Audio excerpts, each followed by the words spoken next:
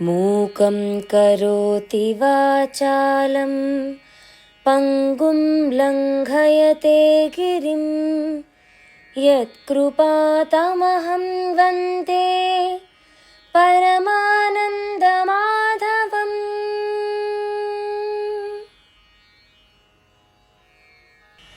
అధరం మధురం వదనం మధురం నయనం మధురం హసితం మధురం.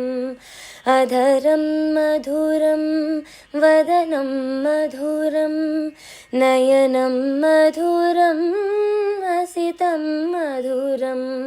హృదయం మధురం గమనం మధురం మధురాధిపతేరఖిలం మధురం.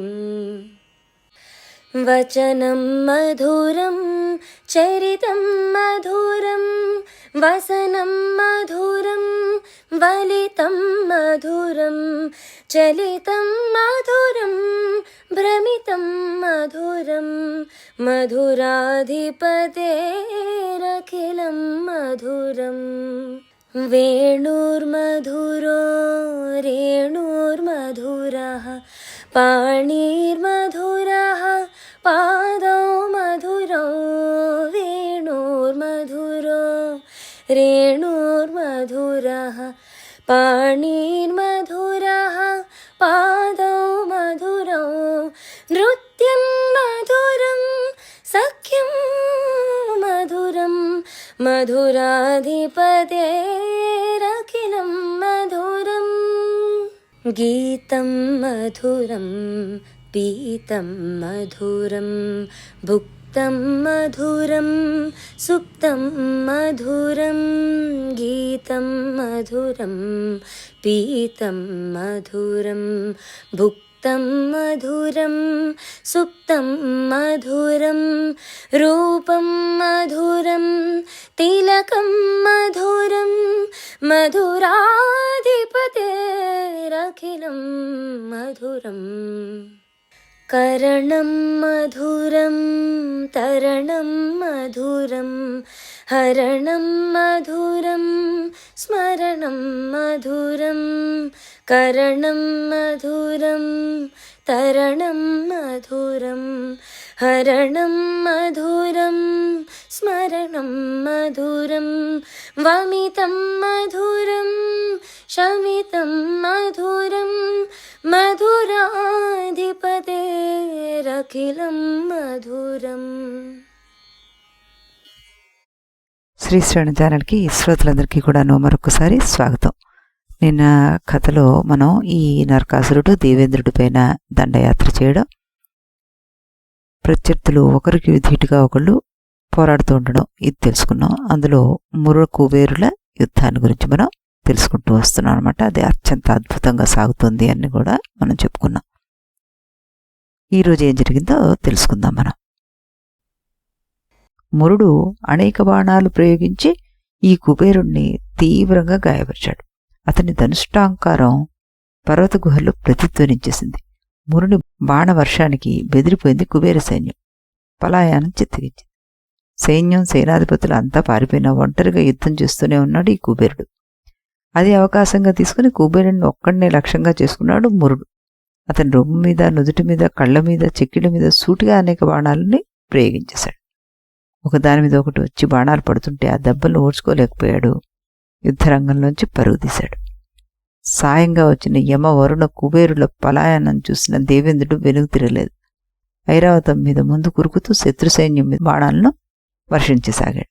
కనిపించని ఆ నరకాసురుడి కోసం వెతకసాగాడు. అప్పుడు అసురుడి గొంతు వినిపించింది ఇలా, దేవేంద్ర, ఇదిగో నేను ఇక్కడున్నాను, ఇటురా అంటూ.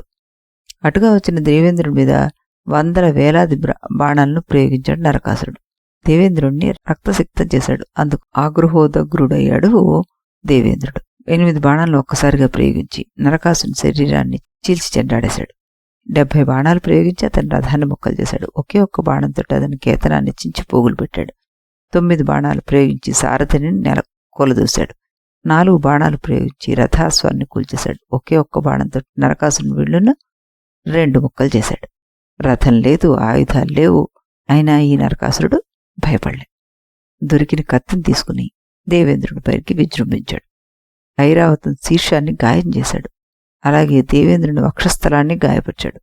రక్తం దారలు కడుతుంటే ఐరావతం నేలకూలింది. వక్షస్థలం నుండి ఎడదగక రక్తం కారుతుంటే కళ్ళు మూతలు పడిపోతుంటే స్పృహ తప్పిపోతుందేమోనని గ్రహించాడు ఈ దేవేంద్రుడు. అక్కడి నుంచి పరుగందుకున్నాడు. యుద్ధరంగం విడిచి పారిపోయాడు. ఎప్పుడైతే దేవేంద్రుడు యుద్ధరంగం విడిచి పారిపోయాడో అది గమనించిన రాక్షస సైన్యం గొల్లు నవ్వింది. ఉత్సాహంతో పెద్ద పెద్ద కేకలు వేసింది. దేవేంద్రుడు ఓడిపోవడంతో స్వర్గంతో సహా యమ, వరుణ, కుబేర లోకాలన్నీ నరకాసురుని వశం అయిపోయాయి. ఆ విషయాన్ని ఆయా లోకాల్లో భేరీభాంకార ఘోషతోటి చాటించాడు ఇతను. ఇంద్రసింహాసనాన్ని అధిష్ఠించేశాడు ఈ నరకాసుడు. అతిలోక సుందరి ఊరోసిని పిలిచి ఇలా చెప్పాట. సౌందర్య రాశి ఊరోసి, దేవేంద్రుడితో సహా యమ, వరుణ, కుబేరులను యుద్ధంలో ఓడించాను. కట్టుపుట్టాలతోటి వాళ్ళని పరిగెత్తించాను. నేను మహాసూరుణ్ణి. ఇక ఈ లోకాలన్నీ నావే. సిద్ధులు, సాధ్యులు, గంధర్వులు, ఉరగులందరికీ నేనే ప్రభువుని. ఈ ప్రభువుకి మహదానందం కలిగించే బాధ్యత నీది. అంటే నన్ను నువ్వు నీ మన్మథ క్రీడలతోటి మత్తెక్కించాలి అన్నట్ట. సమాధానం లేదు ఊరోసి నుంచి. ఏం మాట్లాడవే అంటూ అడిగాడు నరకాసురుడు. మాట్లాడడానికి మరేం లేదు ప్రభు. సర్వయజ్ఞ ఆహుతులు తమరు అందుకున్న పక్షంలో మిమ్మల్ని మన్మథ క్రీడల్లో ఓళ్లాడించేందుకు నాకు ఎలాంటి అభ్యంతరం లేదు అందుట ఊరోసి.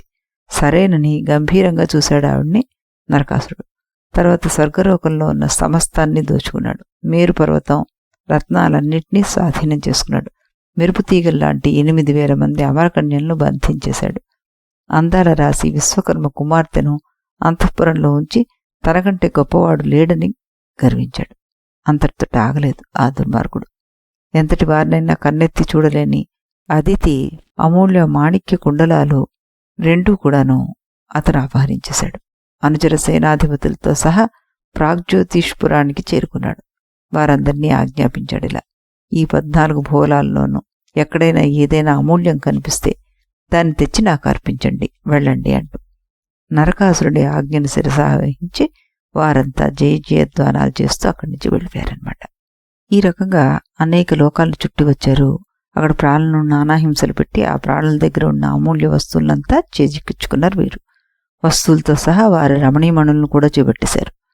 శత్రువుడికి అభేద్యమై ఉండేది నరకుడి రాజధాని. ఆ రాజధానికి నలుపక్కల మురుడు, నిషుంధుడు, హైగ్రీవుడు, పంచజనుడు అసంఖ్యాక సైన్యంతో ఎల్లప్పుడూ యుద్ధం కోసం వేచి చూస్తూ ఉండేవారట వారు. మురునికి 1000 మంది కొడుకులు. అంతమంది కొడుకులు తనకే ఉన్నారని గర్వంతో ఉండేవాడు ఈ మురుడు. ఆ గర్వంతో ఉంటే శత్రువుల్ని రాజధానిపై కన్నెత్తి చూడనిచ్చేవాడు కూడా కాదు. భయంకర పాశాలు విసిరి రాజధాని సమస్త మార్గాలు మూసేశాడు అతను. మార్గాలు మూసివేసి నగర పౌరులు మినహా మరొకరికి సంచరించే అవకాశం లేకుండా చేశాడు అతను. మానవలోకం అంతటినీ వశపరుచుకున్నాడు ఈ నరకాసురుడు. కనిపించిన ప్రతి రాజుపై దండెత్తి వారిని ఓడించేశాడు.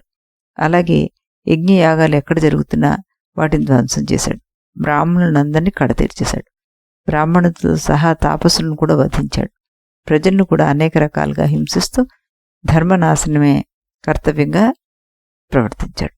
ఒకనాడు బదరికారణ్యం చేరుకున్నాడు ఈ నరకాసురుడు. అక్కడ పుణ్యయజ్ఞాన్ని నిర్వహిస్తున్న ఋషీశ్వరులను చూశాడు. వెంటనే ఊర్వశి ఒకనాడు తనతో అన్న మాటలు అతని జ్ఞాపకం వచ్చాయి. నవ్వుతూ వాడి దగ్గరికి వెళ్ళి, మీరు ఈ యజ్ఞగారులు ఎవరి గురించి చేస్తున్నారండు అన్నారు. ఇంకెవరి గురించి దానవేశ్వర? ఆ దేవేంద్రుడి గురించి చేస్తున్నాం. యాగకర్తలందరికీ దేవేంద్రుడు పరమ పూజనీయుడు. ఆ మహనీయుని గురించే ఈ యజ్ఞయాగాదులు ఆచరించాల్సిన వేదాలే ఘోషిస్తున్నాయి కాబట్టి మేము అతనికే ఈ ఆహుతులన్నీ అర్పిస్తున్నాం అన్నాడు. పగలబడి నవ్వాడు. యమవరుణ కుబేరుడితో సహా నేను దేవేంద్రుడిని ఎన్నడో ఓడించాను. త్రిభువన సామ్రాజ్యాన్ని నా సొంతం చేసుకున్నాను. ప్రపంచానికి అంతటికీ నేనే ప్రభువుని, మరొకడు లేడు. మీరు చేసే యజ్ఞయాగాదులు నా కోసమే చెయ్యాలి. నా ప్రీతి కోసం మీరంతా నాకే నమస్కృతులు అర్పించాలి. అలా చేస్తేనే మీకు శ్రేయోదాయకం. చేయని పక్షంలో ప్రమాదాన్ని కొని తెచ్చుకున్నట్లుగా భావించండి అన్నారు. సన్నగా నవ్వారు మునీంద్రుడు. ఒకరి ముఖాలొకరు ఆశ్చర్యంగా చూసుకున్నారు. తర్వాత ఇలా అన్నారు, తప్పు దానవేశ్వర, నీ మాటలు తప్పు. లోకపాలకుడు ఆ దేవేంద్రుని విడిచి అల్పుడు రాక్షసుడు అయిన నీ గురించి మేము యజ్ఞయాగాదులు ఆచరించడం అసంభవం, అది జరగని పని అన్నాడు. ఆ మాటలకి భగ్గును మండిపడ్డాడు ఈ నరకాసురుడు. సోమపానంతో మత్తెక్కి నోటికి ఎంత వస్తే అంత మాట్లాడుతున్నారు ఈ బ్రాహ్మణులు. ఇక వీరిని క్షమించి లాభం లేదు. వీరి యజ్ఞయాగాదుల్ని ధ్వంసం చెయ్యండి అంటూ ఆజ్ఞాపించాడు. రాజాజ్ఞ లభించడం ఆలస్యం. రాక్షసులు గొంతెత్తేర్చారు. రాక్షసులు యజ్ఞశాలలు కూల్చేశారు, అగ్నిగుండాలు పూడి చేశారు, పశువులు తెగ నరికారు, హోతులను, ఉద్గాతలను, ఉపదర్శకులను, సజ్జసులను చావమొదేశారు, యూపస్తంభాలను కూల్చేశారు. సర్వ అన్నరాసుల్ని నలువైపులా వెదజల్లేశారు. తాపస స్త్రీలని అవమానించారు. వారి కన్యలను కారాగారంలో బంధించేశారు. యజమానులను చెట్లు కట్టి వారిని అనేక విధాలుగా హింసించేశారు. భటులు అలా యజ్ఞయాగాదులు ధ్వంసం చేస్తుంటే మాదాన అందించాడు ఈ నరకాసుడు. చెప్పినట్టు చేసిన భటులకు కానుకలు చెల్లించి ప్రాగ్జ్యోతిష్పురానికి చేరుకున్నాడు. బ్రాహ్మలపై నరకాసుడి దాడిని విన్న వశిష్ఠ, వామదేవ, కపిల, కశ్యప, కణ్వ, జాబాలి ఆదిగా ఉన్న మునులు ఎంతగానో చింతించారు. తోటి తాపసుల క్రియాకలాపాలను ఆ విధంగా వ్యర్థమైనందుకు వాళ్ళు ఎంతగానో బాధపడ్డారు. అవమానాలకు ఎంతగానో మధరపడ్డారు. ఆలోచించారు, నరకాసుడిని ఇలాగే ప్రవర్తింపచేస్తే లోకాలన్నీ అమర్యాద పాలైపోతాయి, నశించిపోతాయి. మనల్ని అన్ని విధాలుగా రక్షించగలవాడు, ఆర్తత్రాణ పరాయణుడు శ్రీకృష్ణుని తక్షణమే ఆశ్రయించాలి అనుకుని శ్రీకృష్ణుడు వేడుకోవడానికి బయలుదేరారు వాళ్ళంతా. మరి రేపు శ్రీకృష్ణుడితోటి ఈ మునులు ఏ విధంగా ఈ నరకాసురుడిని విన్నవించారు, ఆ తర్వాత ఏం జరిగింది అన్నది మనం రేపు ఇదే సమయానికి ఇదే ఛానల్లో కలుసుకొని అప్పుడు చెప్పుకుందాం. అంతవరకు సెలవు.